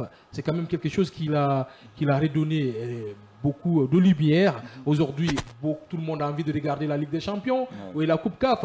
Moi, aujourd'hui, je rencontre beaucoup de jeunes Guinéens qui s'informent, qui veulent savoir les matchs de Ligue des Champions commencent quand ou les matchs Coupe CAF. Parce qu'aujourd'hui, une communication a été faite autour de ces compétitions-là. Et ça, je pense que c'est le management. Quand il y a un management autour des compétitions, je pense que ça peut donner. Et ça donne. Et ça explose. Et on voit aujourd'hui les résultats. Maintenant, Jean a parlé de la Coupe d'Afrique des Nations. Il faut juste voir comment elle est organisée. Bien que la CAN, elle est organisée par le pays en général qui l'accueille, mais derrière, il y a quelque chose qu'on appelle le dirigeant spécial, c'est la CAF qui accompagne cette organisation-là, qui supervise. Et vous avez vu comment cette CAN s'est passée. Je pense que c'est l'une des meilleures CAN de l'histoire de l'Afrique. Maintenant, de l'autre côté, en grosso modo, moi je pense que ce sont les décisions qui sont un peu difficiles. Quand on parle de la Guinée, par exemple, même si... Allez-y alors. Alors, ce que vous êtes en train de dire, c'est extrêmement important, mais on est talonné par le temps. On n'a pas oublié la minute du partenaire, YellowBet. Le code promo du jour, il s'agit bien d'Alaba pour accéder. Tapez le www.yellowbet.com.gn. Voilà, et dans un court instant, on va recevoir Monsieur YellowBet, on peut le dire ainsi. Nous, on marque une courte pause pour partir dans la minute du partenaire. Je vous amène dans les profondeurs du monde, au début de tout, là où l'idée devient matière et la matière devient service. Dans un monde incertain où la fortune et l'infortune s'échangent les rôles en un laps de temps, la confiance est ce qui guide les pas et les paris. Conscient que le monde est une évolution et que l'évolution incite à la confiance, YellowBet décide de monter d'un cran. Il s'invite dans vos écrans. Avec YellowBet, c'est le ticket remboursé. C'est aussi les jackpots, sans oublier le casino, le pari sportif en vrai miel. Et la cerise sur le gâteau, c'est le commis qui réchauffe le cœur et les poches. Le service client mis en place aurait bien pu clamer que votre volonté soit faite, que vos paris vous soient faciles et que vos gains pour la première fois tout de suite après vous parviennent dans vos smartphones. C'est cette nouveauté qui est venue changer la vie du pari, conquérir le cœur des parieurs. Par ailleurs, les années passant, la confiance demeure et grandit. Notre YellowBet grandit aussi avec elle. Elle fait grandir d'autres gens à travers tout le pays qui perçoivent leurs gains sans souci aucun. YellowBet ambitionne de relever le pari de l'innovation et du choix premier des Guinéens. Porter le flambeau et s'autoriser de bons rapports avec les autorités. L'histoire s'écrit à l'encre de la volonté et l'avenir appartient à ceux qui rêvent en YellowBet.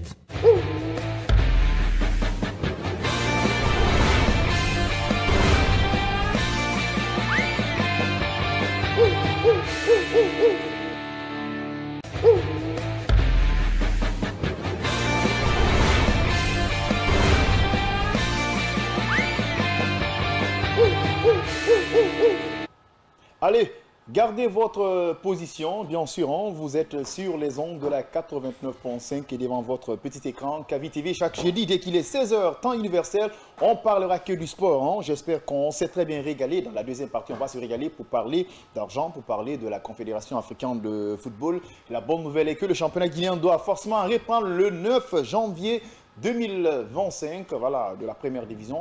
On souhaite quand même bonne chance à l'équipe guinéenne qui va nous représenter pour le championnat d'Afrique des Nations. Ensuite, on a un peu parlé concernant la Confédération africaine de football, quand même, qui a fait des prouesses en 2024, l'organisation de la CAN en Côte d'Ivoire, et puis le niveau de jeu, et pourquoi pas des réformes avec Motsepe, l'organisation des CAF Awards, même s'il y a eu quelques pépins physiques, et pépins au niveau de l'organisation, mais on peut le dire ainsi, le niveau de jeu des équipes africaines ont progressé. On a pris l'exemple exemple sur le Maroc, alors vous n'avez rien raté, vous êtes pile à l'heure, 17h passées de 5 minutes. On va partir avec Yellowbet, code promo du jour d'Alaba. Moi, je l'appelle Monsieur Argent. Aujourd'hui, ce n'est pas Messi So, mais lui aussi, il est de Yellowbet. Bonsoir et bonne arrivée.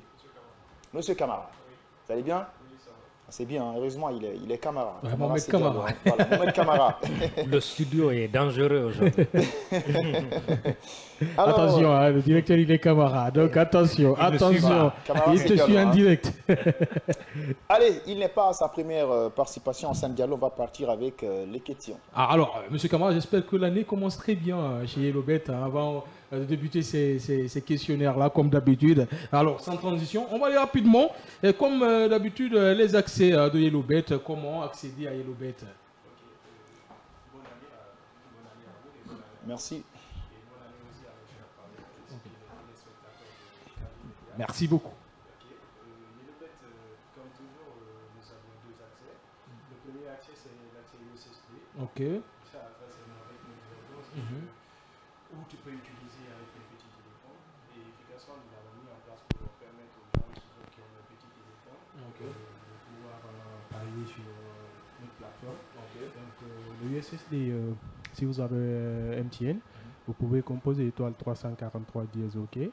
Et il y a les accès qui vont s'ouvrir. Directement, vous allez voir les onglets qui vont s'afficher où faites un pari, et dépôt en ligne, retrait en ligne et ainsi de suite. Donc, avec l'accès là, vous pouvez placer un pari en suivant les instructions qui seront affichées. Donc, vous pouvez suivre les instructions là et vous pouvez placer le pari directement sur Yellowbet. Donc en plus, si vous avez aussi Orange, vous pouvez taper étoile 144, étoile 8 de dièse. C'est les mêmes instructions aussi qui vont s'afficher. Faites un pari, dépôt en ligne, retrait en ligne, et de même vous suivez les instructions, les instructions de suite. Et en plus, vous pouvez placer un pari tout simplement et vous gagnez. L'argent serait directement retombé sur votre compte Orange Money ou MTN. Et de plus, le deuxième accès, c'est l'accès online. L'accès online qui est en ligne. Oui, avec le site internet qui est www.yellowbet.com.gn. Vous pouvez accéder à travers le navigateur qui est avec vous, si c'est Chrome, si c'est ainsi de suite. Vous pouvez taper étoile www.yellowbet.com.gn et directement la page va s'afficher. Vous pouvez placer un pari à travers là-bas, jouer et gagner, ainsi de suite. C'est énorme, hein. Ce sont les accès pour Yellowbet. Alors on va continuer les questions parce qu'on a envie de savoir beaucoup de choses, beaucoup de trucs pour 2025. Alors comment gagner les bonus avec le code promo? Là on est en 2025. Voilà, exactement. Et comment gagner les bonus avec le code promo? Donc, cela est est principalement lié avec l'application ou bien avec le site internet. Donc, si vous arrivez à taper en créant votre compte directement, par exemple à l'inscription, quand vous êtes en train de vous inscrire, au niveau quand vous rentrez sur l'application www.yellowbet.com.gn à travers le site internet ou à travers l'application, la barre qui va s'afficher directement, c'est s'inscrire. Si vous arrivez à cliquer sur s'inscrire, il y a la barre d'inscription qui va s'afficher, où il y a le numéro de téléphone, il y a le mot de passe, il y a le code promotionnel. Donc ceux qui suivent efficacement et beaucoup sur Kavi Media, ils vont voir le code promo aujourd'hui, je crois que c'est là-bas. Ils vont suivre et mettez le code promo là où la barre de code promotionnel est, vous mettez la barre là-bas et directement vous cliquez sur s'inscrire. Et directement, le bonus est 50 000 francs sur crédité sur votre compte Yellowbet et vous pouvez placer un pari et gagner et puis retirer encore. C'est énorme, hein? Et puis tu gagnes directement 50 000 francs de bonus. Et 50 000 francs de bonus là te permet aussi de parier et de gagner des millions comme l'a fait Amadou qui a gagné beaucoup de millions avec Yellowbet. Bien sûr, on va continuer les séries de questions. Et on est sur la troisième question et il y a le free-to-play. C'est quelque chose, c'est une promotion le free-to-play ou bien c'est un autre jeu dans la plateforme? Oui, c'est un jeu, mais aussi c'est une promotion parce que le jeu est 100% gratuit. Donc c'est ce que nous avons mis en place, le free-to-play comme le nom l'indique. Il y a deux jeux qui est là-bas. parce que oui, mais qui sont 100% gratuites. Vous pouvez là-bas gagner facilement 100 millions et 50 millions gratuitement sans aucune mise. Ah, tu peux acheter ta voiture. Hein. Tu peux acheter la voiture que tu veux avec 50 ou 100 millions. Voilà. Oui, vous savez, ceci est bon, ceux qui suivent les matchs, ceux qui sont tellement... c'est bon pour nous alors. Voilà, exactement. Là, vous pouvez... Donc, le free-to-play là-bas, il y a deux jeux qui l'indiquent. Il y a le free-to-win qui est là-bas. Le free-to-win, il s'agit... Oh, c'est le plus gros. C'est ça qui offre 100 millions de francs guinéens. Voilà, plus d'argent. Oui, il y a 100 millions de francs guinéens. Là-bas, il s'agit de prédire les événements qui vont se passer dans le match. 8 événements. Donc, si vous arrivez à prédire les 8 événements qui se passent dans le match, vous pouvez remporter les 100 millions. C'est-à-dire, par exemple, il y a Atalanta qui joue aujourd'hui, je ne sais pas contre qui. Vous dites il y aura 11 corners dans le match. Il y aura 2 buts dans le match. Atalanta seulement qui va marquer dans le match. Donc, c'est les 8 événements qui seront là-bas que vous allez exactement prédire. Donc, si les 8 événements arrivent à s'accomplir, vous gagnez 100 millions de francs guinéens.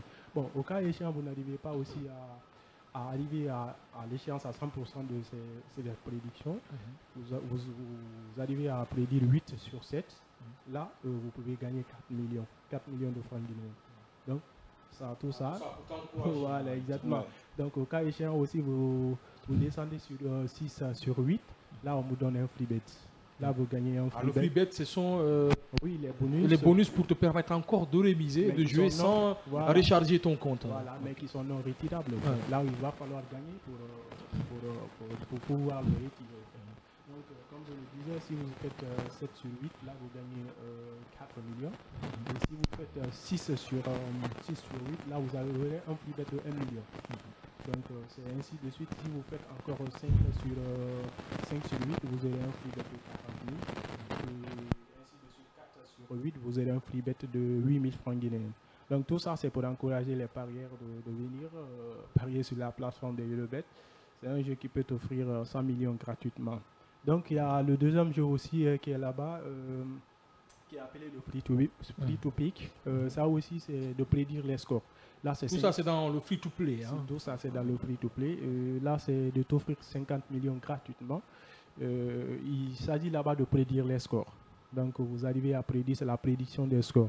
Donc, il y a les matchs qui sont déjà choisis là-bas. Vous allez dire 2-1, 1-1, 1-0, 2-1, 2-1. Là-bas, c'est 6 matchs, 6 événements.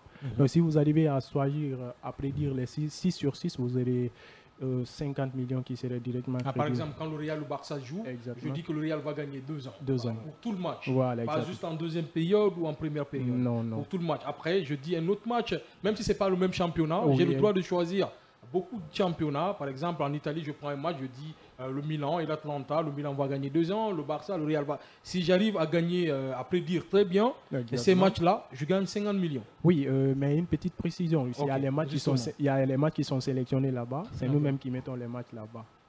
Donc c'est à vous de choisir les matchs, voilà. C'est pas aux joueurs de choisir. Nous avons choisi l'ensemble des matchs là-bas, l'ensemble des 6 matchs, nous qui allons choisir. Qui normalement que tu dois prédire les scores. Donc là-bas aussi, comme je le disais, si vous faites 6 sur 6, vous gagnez 50 millions.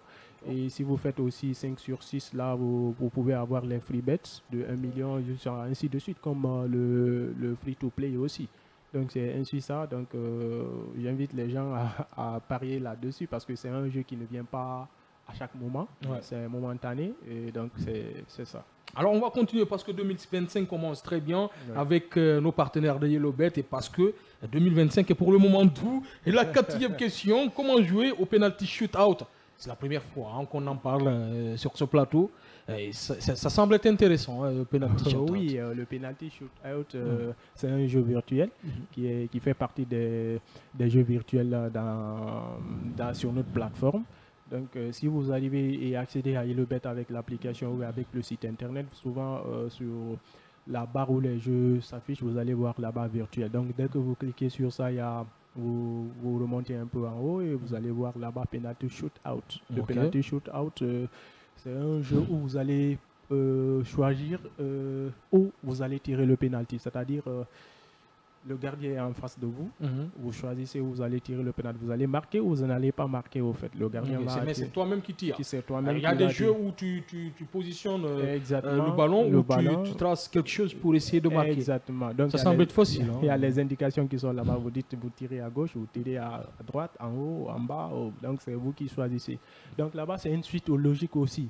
Par exemple, vous arrivez à tirer un premier pénalty et vous avez misé 2000 francs ou 5000 ou 10 000, vous tirez un premier pénalty. Si vous marquez, votre montant serait multiplié à 1,92, qui serait à peu près deux fois votre montant.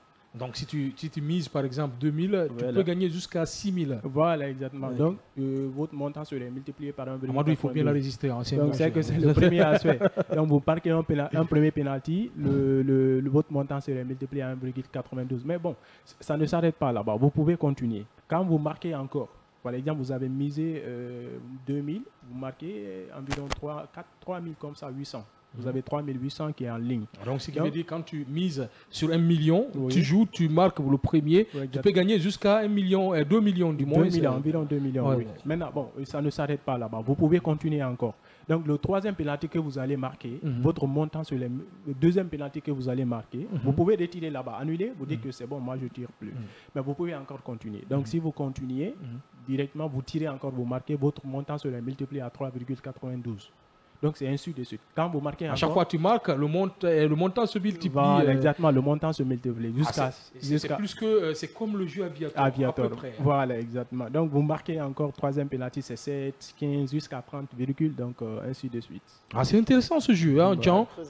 C'est très facile. Hein, ça donne envie de jouer et de gagner. C'est facile. Parce qu'après, quand tu mises par exemple 1 million, sur le premier tir, tu peux gagner 2 millions. Oui. Sur le deuxième, tu peux multiplier ces 2 millions, ça peut aller jusqu'à 4 millions.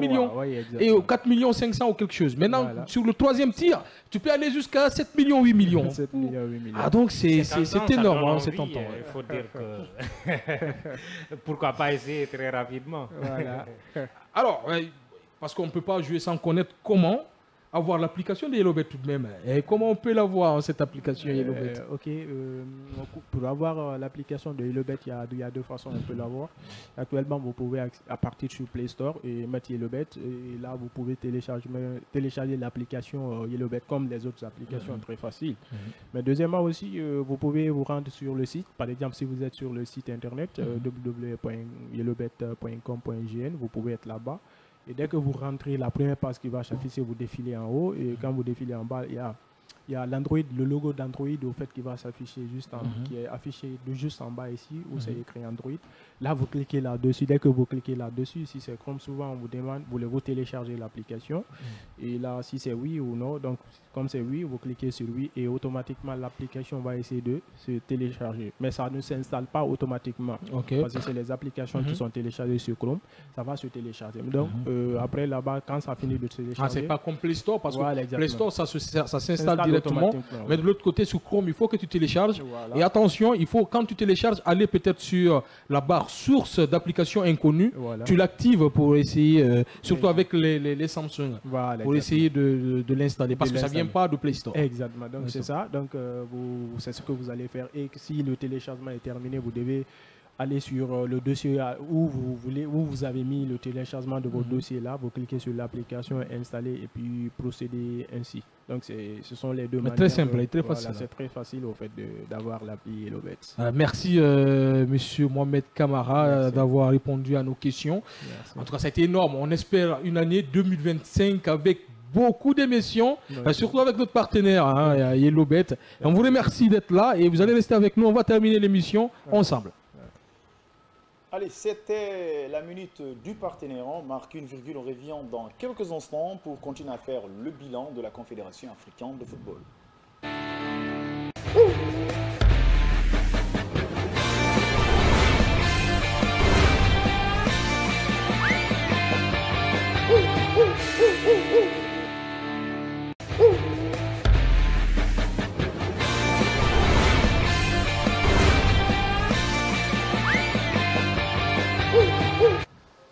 Même s'il y a d'autres pays qui traversent des moments difficiles en matière d'infrastructure, en matière d'organisation sportive, on peut le dire ainsi, c'est comme le cas du Ghana, de la Guinée, on peut dire aussi la Sierra Leone, pourquoi pas le Libéria. Il y a un bon nombre de nations aujourd'hui qui traversent des moments franchement difficiles parce que la Guinée, c'est seulement l'équipe locale qui a pris part au champ. Les autres quand même sont déjà éliminés dans les différentes compétitions. Et du côté infrastructurel, on attend la finition du stade 28 septembre de Conakry pour que ce stade arrive à abriter peut-être les éliminatoires de la Coupe du Monde. Alors, on va partir pour les classements des nations ici dans cette émission World Sport, donc Hassan Ledjan. Et voilà, selon vous, on a suivi ces différentes fédérations en Afrique, on a suivi la dernière Coupe d'Afrique des Nations, on a suivi les projets sportifs dans les différents championnats. Selon vous, quel est vos top 5, top 5 des meilleures fédérations en Afrique? J'ai placé à la tête le Maroc, qui a été énorme en Coupe du Monde, même si en Coupe d'Afrique de Navarre, ça a été un peu compliqué. C'est notre niveau. En matière d'organisation. Mais en matière d'organisation, et quand on prend aujourd'hui les clubs marocains, c'est tout de même énorme, avec Al Ahly et d'autres clubs qui explosent. Quand tu joues là-bas, tu as l'impression de jouer un championnat européen. S'il faut placer aujourd'hui une fédération, moi, je placerai d'abord le Maroc. Après, je vais mettre la Côte d'Ivoire, qui a réussi. Pourquoi la Côte d'Ivoire? Qui a réussi une CAN tout de même exceptionnelle. Et l'une des meilleures CAN, on peut dire, de l'Afrique. Ils l'ont remporté aussi. Et je vais mettre aussi le Sénégal. Avec la politique, qu'ils ont installée, qui ont raflé, même si cette année, ils n'ont pas beaucoup gagné. Mais l'année passée, ils ont presque raflé tout. Ils ont été énormes. Après, à la 4e place, je mettrais peut-être pour moi l'Afrique du Sud qui commence petit à petit à se réveiller, à montrer de la force lors de la dernière CAN qui a tout de même atteint, je pense, les demi-finales de la compétition africaine, la plus grande compétition africaine qui est la CAN. Et en 5e position, je vais mettre le Nigeria qui a terminé finaliste et qui a reçu le ballon d'or africain. Moi, peut-être que, pas dans l'ordre, je vais juste faire un récapitulatif. Je prendrai le Maroc, pas parce qu'il est parti jusqu'en demi-finale de la Coupe du Monde, mais pour les investissements qui ont été réalisés, les centres de formation, l'organisation qui tourne autour, la formation des formateurs, etc. etc. Et le fait que le Maroc, aujourd'hui, tellement que le football est professionnalisé, ils sont capables de prendre un joueur que la France veut prendre. Ils sont capables de prendre un joueur que l'Espagne veut prendre et des pays qui ont déjà la Coupe du Monde. C'est le cas du joueur qui évolue au Real Madrid. Oui, Brahim Diaz. Il faut dire qu'Hakimi aussi est formé au Real. Donc il aurait pu espérer jouer pour l'Espagne. Il y en a d'autres. Et Zalzouli, l'Espagne le voulait, ils l'ont pris. Et même Yamal a failli terminer là-bas. Akoma aussi, formé au Barça, ils l'ont pris. Donc ce n'est pas les seuls. Donc ils sont capables aujourd'hui de prendre des joueurs que la France ou l'Espagne veut prendre parce qu'ils ont une organisation autour. Ce n'est pas par la force, c'est l'organisation, le professionnalisme dans le pays. Et ensuite, je prendrais des pays comme le Sénégal. Le Sénégal aussi, c'est la formation à la base. Pour moi, les centres de formation sont très bien structurés. Et qui ont engrangé beaucoup de trophées. Oui, c'est parce que les centres de formation sont bien structurés, les jeunes sont mieux accompagnés. Le championnat aussi. Le championnat aussi, même si les résultats ne suivent pas, mais il y a une certaine organisation. Et ils ont aussi une connexion entre les centres au niveau local et les centres des autres grands pays. Ça permet aux jeunes joueurs qui ont une certaine capacité, qui dépassent l'ordinaire, de partir se performer de l'autre côté. Et donc, et l'Afrique du Sud. Pour moi, l'Afrique du Sud, il n'y a pas de joyaux, ils n'ont pas Sadio Mané, ils n'ont pas Hakimi, mais ils ont des centres de formation qui sont capables de faire progresser des jeunes et de les permettre d'aller plus loin. Et le championnat est performant, à l'image du gardien qui est le meilleur joueur du continent. Et même les clubs, en 2024, les clubs payent très bien, c'est très bien structuré, il faut saluer ce travail-là. Le Nigeria, on connaît déjà que c'est un pays de formation, ça va. Maintenant, et la Tanzanie, on n'en parle pas suffisamment, mais pour moi, la structuration du championnat, les infrastructures, les finances et tout ce qui s'ensuit, c'est un pays qui peut inspirer beaucoup d'autres pays qu'on suppose être des petits pays sur le plan football. C'est un pays qu'on ne considérait pas, mais qui aujourd'hui pèse et qui commence à peser et à faire peur, notamment à nous, qui nous a fait peur aujourd'hui parce qu'on n'est pas à la CAN. Donc c'est des pays comme ça pour lesquels il faut avoir du respect, mais aussi il faut s'inspirer, pas forcément calquer tout ce qu'ils ont fait, mais prendre les aspects qui ont marché et expérimenter au niveau local, pourquoi pas essayer de faire mieux, parce qu'on n'est pas censé être derrière, il faut essayer toujours d'être devant. Alors, c'est extrêmement important quand même de faire le bilan de ces fédérations qui sont démarquées, on peut le dire ainsi, dans l'année 2024. On a vu le Maroc, même si le Maroc n'a pas remporté la dernière Coupe d'Afrique des Nations, mais en matière d'infrastructure, ils ont accueilli encore beaucoup de compétitions tout dernièrement. Ils ont accueilli beaucoup de nations qui ont joué les éliminatoires et la Côte d'Ivoire aussi qui a accueilli beaucoup de nations comme la Guinée, l'Éthiopie et tant d'autres. Alors, on va partir maintenant pour, même si, vous savez, quand on fait un bilan, on ne peut pas parler forcément s'accentuer sur les aspects positifs, il y a aussi les aspects aussi qui sont négatifs. Alors, selon vous, quelle est la plus grosse déception pour vous dans le football africain en 2024, que ce soit en équipe, en footballeur, en fédération, sans langue de bois?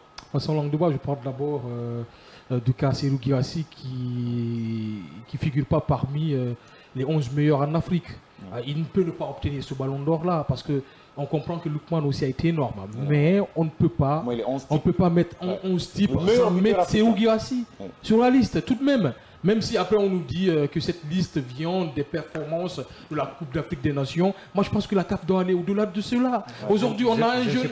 Voilà, d'accord. Il y a aujourd'hui. Il y a des joueurs qui sont dedans. Tu ne peux pas mettre Osimhen devant Guirassy aujourd'hui. Osimhen qui a disparu, Mohamed Salah et tout ça. Même si Mohamed Salah aujourd'hui il est mieux qu'Osimhen par rapport au rendement, il a fait une mauvaise CAN.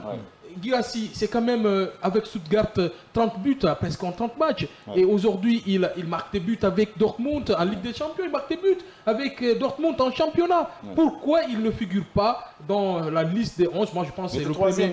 C'est le troisième. Moi, je pense que on peut dire une flop. C'est la première flop de la CAF. Deuxième, c'est le cas des anomalies à résister lors du match Guinée-Tanzanie. On déboute la Guinée.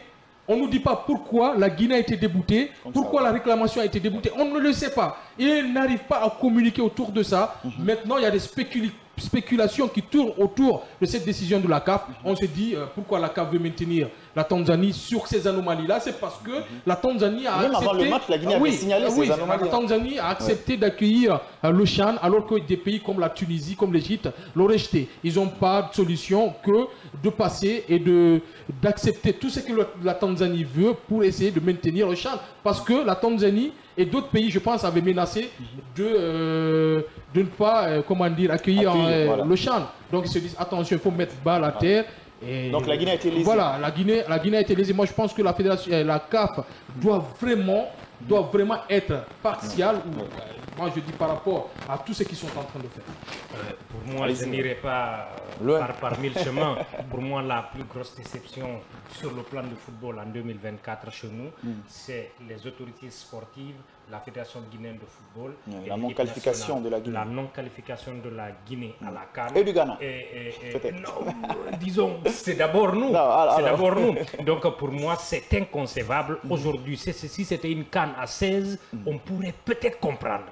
Mais à 24, c'est inconcevable qu'on ne soit pas à la CAN. Presque la moitié du pays du continent africain. Qui a presque l'un des meilleurs attaquants africains. Ce qui fait encore plus mal, c'est que c'est comme si ça ne touchait pas ceux qui sont censés prendre des décisions.